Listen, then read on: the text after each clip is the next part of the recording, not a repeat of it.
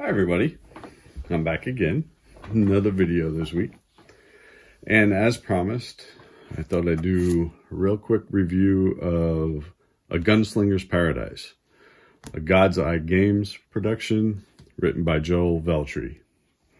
I first heard about this set of rules on Rocky's War Room channel, and he actually had Joe as a guest, and they were talking about this set of rules, their Steel and Steed set, the jousting set of rules that I also purchased, which I haven't had a chance to actually use yet.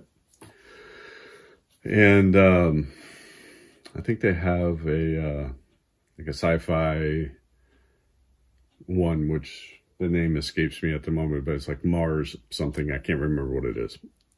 They've got a few sets. And I bought this with the intention of maybe doing, I know I've talked about it in the past, doing the last battle of the Magnificent Seven, that movie. The original, not the new version of it. The original 1960 version. And so I bought them with that in mind. And last Friday, my friend Sean and I actually got together. He has some Western figures and towns. He's running a couple of games at a convention, our local convention, and he also bought the rules. So we decided, hey, let's give these a whirl and see what we like. So first of all, it's a pretty thick book, and it's like 163 pages, but don't let that fool you. The rules themselves are really only about 40 pages long, okay? And probably would have been shorter, but they used really large print. So you can see that. I mean, it's, you know, for some of us who are you know, a little older and our eyesights are starting to go, this is really nice. One fun thing about this, so the rules, combat, terrain, lists, scenarios, abilities for the characters, and also a campaign set. And I think what's fun about these is that he actually puts in like little movie things. Another Dead Gringo, starring Piers Brand and Andy Singleton. Written and directed by Joel Veltri. They came to Old Mexico looking for sanctuary, and all they found was a belly full of blood. So throughout the book, there's the kind of Western movie posters and things like that. I think this is a nice little add into the rules. I think that's great. Real simple. It's a D10 system. You need a 4x4 table area, 6x4 if you wish to go a little bit larger, right? But 4x4 is really all you need. 28mm figures, poker chips, a deck of playing cards, which are optional, pen and paper, whiskeys and cigars. Even if you don't drink or smoke, it's needed to provide the proper atmosphere for Wild West gaming. If you're underage, then disregard that. And at least one friend, preferably not the yellow belly type. And if you're a solo player or an antisocial like myself, then also disregard this entry. And a love for the Wild West. So it's nice he throws a little humor into his rules. I will say the deck of playing cards, on their website, they actually have a set of cards that you can print out and put on like cardstock and cut out. You should use those instead of the deck of cards. We found that just using the regular deck of playing cards, you actually had to go back and refer to what that like two of diamonds actually meant for the game. And it slowed things down a little bit. Actually using the cards that you can freely print off their website would be much easier because it has the description of what that card is supposed to be. And turns are fairly simple. You have a round or a turn, and within that you have a series of activations. Each character will only be activated once per round. Okay, so if you've got 10 figures on at 5 per side, everybody's going to activate once. Actions. Each character gets 2 actions. And then the chips and cards are referred to poker chips in the deck of cards. Setup was fairly easy. When Sean and I did this, we actually went directly from scratch. I printed out some of the blank character sheets, and he and I made up 2 little gangs of like 4 characters each, just to keep it simple. And we went through the building process just to make sure that we were doing it right, and we kind of bounced ideas off each other, and we built 2 factions. I was the ranchers, and he was playing some outlaws, and we actually picked a scenario where the ranchers had to patrol their ground, which is in the back of the book, and the outlaws had to prevent them from doing that. So kind of like a meeting engagement, really. So in game, so you set up your factions. Okay, you build your list, and everything costs a value, and they suggest picking anything from $150 to $200 for your faction. So when we did this, we only had 4 characters, and we didn't use all of the money that you could use to build a character. Because we weren't really sure how some of the things would fit into the game. And now that we've played it, we have a little bit better understanding, so we can create more variety in the characters next time. We had picked a scenario just at random. We didn't roll for it. We just kind of flipped through it and went, oh, okay, this looks fairly easy. Let's use this one. If there are any objectives, I'm going to try that sentence again. If there are any objectives, you place them. You put your characters out depending on what the scenario is. So the scenario can decide how and where your figures go. You take some cards. You only allow 3 cards in your hand at any one time. You roll a d10, add poker chips to your stack, and this is done every round. Then you bid. So you use the poker chips to decide who goes first. And then you activate a character, and that also costs you a chip. Okay. And then you check for any end of the round actions. Okay. Then you end the round, and then you start over back from here again, from step 5. And the poker chip part of this was an interesting aspect. So what you do is, once you're done, each character, let me just grab a character sheet here that I did. So each character has a chip amount. So this particular character had 2, this one had 1, this one had 1, and this one had 1. So you're starting off with 2, 3, 4, 5 chips. Then you roll a d10. Then you add that to this 5. So if you roll a d10, you roll a 5, you get 10 chips total. That number varies every round.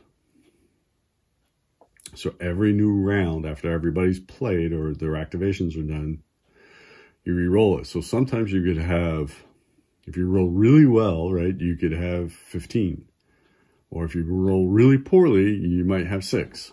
So it really limits what you can do and how you're going to allocate actions, how much you're going to bid to make yourself go. Okay. So the way that poker chips work is, let's say you're going to, on the first round, first turn, you roll 2 d10s. The high roller places a bid of the number of chips they have. Let's say they have, I don't know, 10 chips, okay? And they decide, well, I want to go first, or I'm going to try that sentence again. They were the high die on the roll, so they get to bid first. So they bid one chip. The person who is across the table from them then decides, well, I can either beat that bid by bidding 2 chips, because I really want to go first, or they can say, you have it, and that's where it's at. But let's say I want to really go first, so I bid 2 chips. The other player across from me says, no, I really need to go first this time. And he bids 3 chips. I may only have 6 chips in my stack because I rolled really badly. Well, if I want to be able to do anything this round, I can't bid more, or all my characters can't play. So I'll say, okay, you win. I take back those 2 chips and they go back into my stack so I can use them. The person who bid the 4 chips, the player across from me, he loses those 4. He doesn't get them back. Okay, so they go off into a dead pile for that round. Now he activates 1 character. That character does their 2 actions. Then you start to bid again. And then it goes back and forth until every character either activates,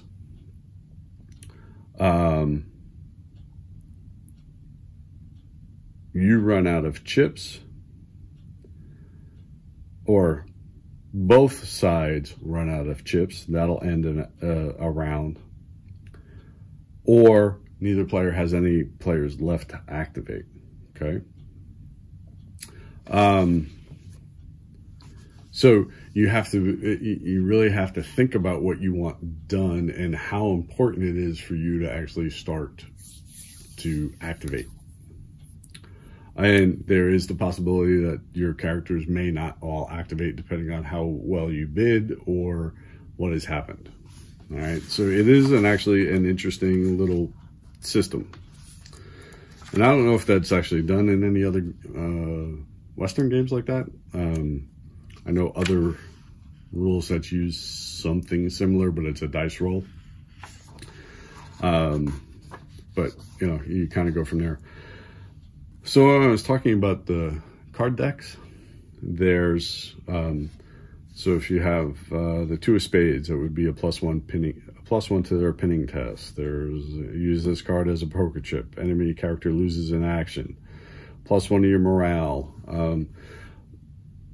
Because we didn't print out the cards that had this stuff on it, we had to refer back to this chart anytime I had a card and I went, oh, okay, I gotta go look. So that did take some time. So it is better if you use the pre-printed ones that you can download off of the website.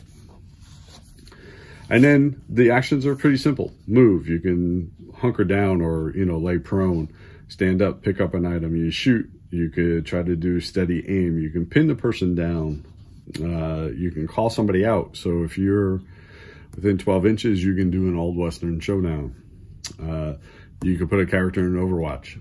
So let's say you got somebody with a high-powered rifle, you can put them, little ways out of harm's way, but they can cover the board. There's melee, there's rally, and there's the Western action is like doing a movie style stunt, right? You want to jump from a building to your horse, or you want to jump from building to building, or you want to dive out a window, load your gun, and fire. And, essentially try to hit whoever you're shooting at, right? So that's kind of what this is. And this is a nice little flavor to the rules. Movement's pretty straightforward.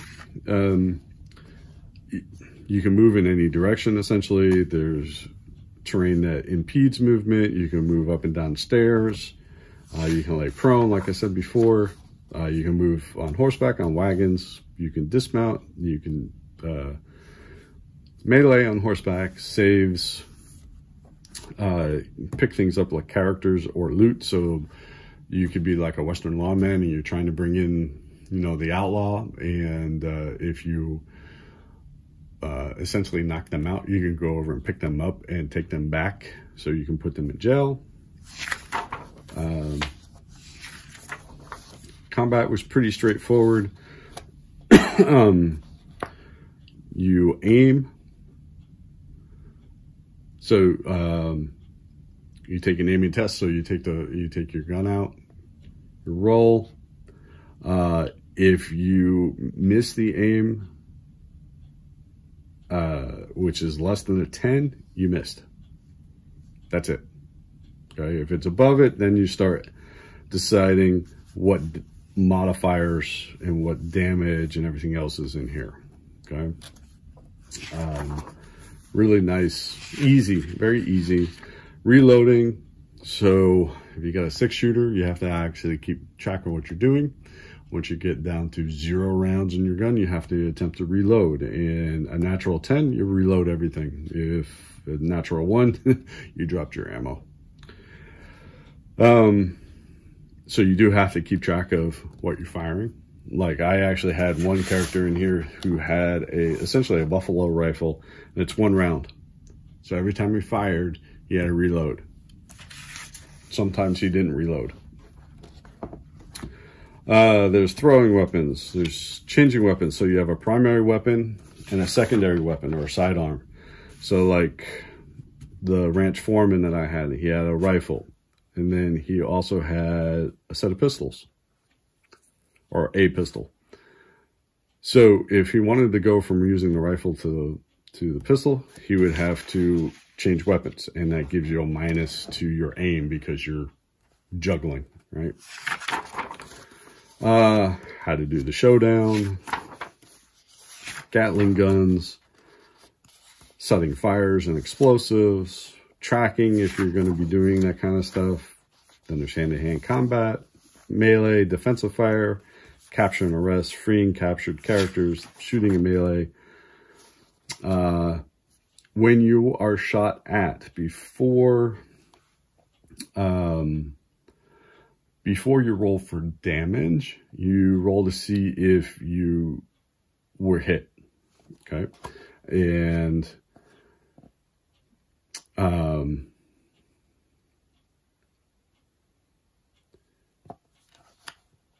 if you roll 10 or better, you didn't get shot. If it was less than 10, your opponent now rolls for damage, okay?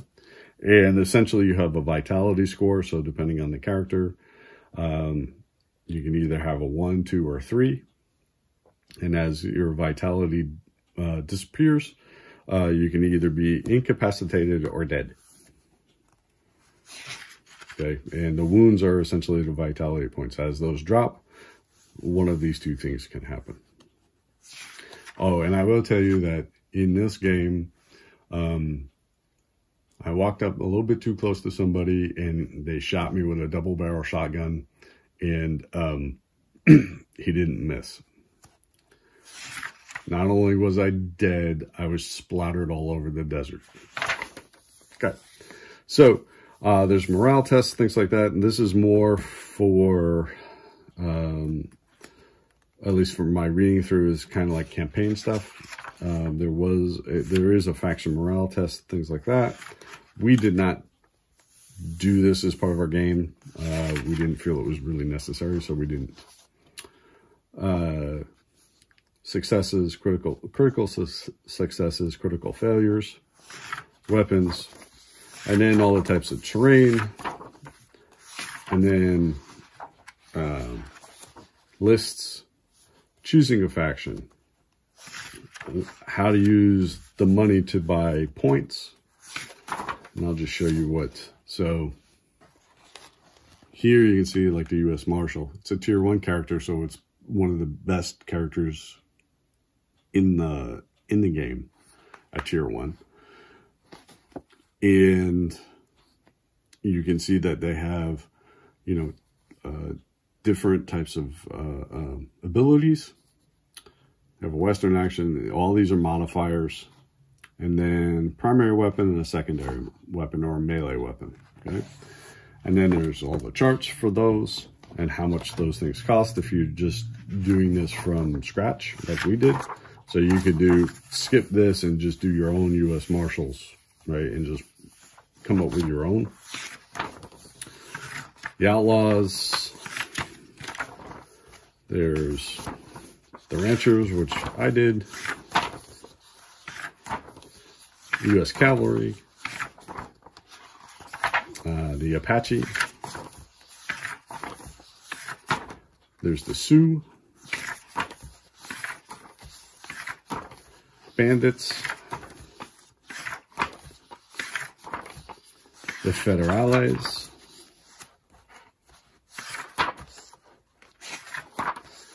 Townsfolk.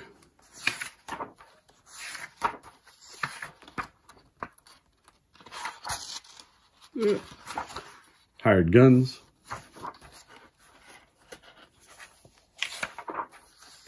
And then these are all the abilities. Okay, so when you're purchasing abilities, this is where you're looking for a definition. There's a couple of pages of those. Weapons abilities, so different types of weapons can do different things. And they give certain penalties or pluses depending on the weapon. And then all the scenarios. So there are quite a few in here, and this is the one that we did. It's called the Patrol. It was open range, and it took 6 turns, and it ended after the 6th turn for us. Overtime in this, so if you get 6 turns, you roll a d10. I think if you roll 8 or better on the d10, it goes one more round. And you continue to do that until that roll fails. So anyway, we actually had a very good time with this set of rules. We are going to go back and play this again. It was very enjoyable, and I would certainly tell anybody who's interested in Western gunfights, Western style wargaming, or gaming in general, pick these up. Like I said, they were very easy to use, really quick to learn. Within a couple of rounds, we had it down. We had a couple of questions about a few things, but I think we kind of made good decisions about them. But other than that, yes, definitely a decent set of rules. So it's just my quick review, not really quick. It's 24 minutes. Hope you guys found this interesting, and I hope you're all doing really well, and stay safe out there. Talk to you all soon. Bye.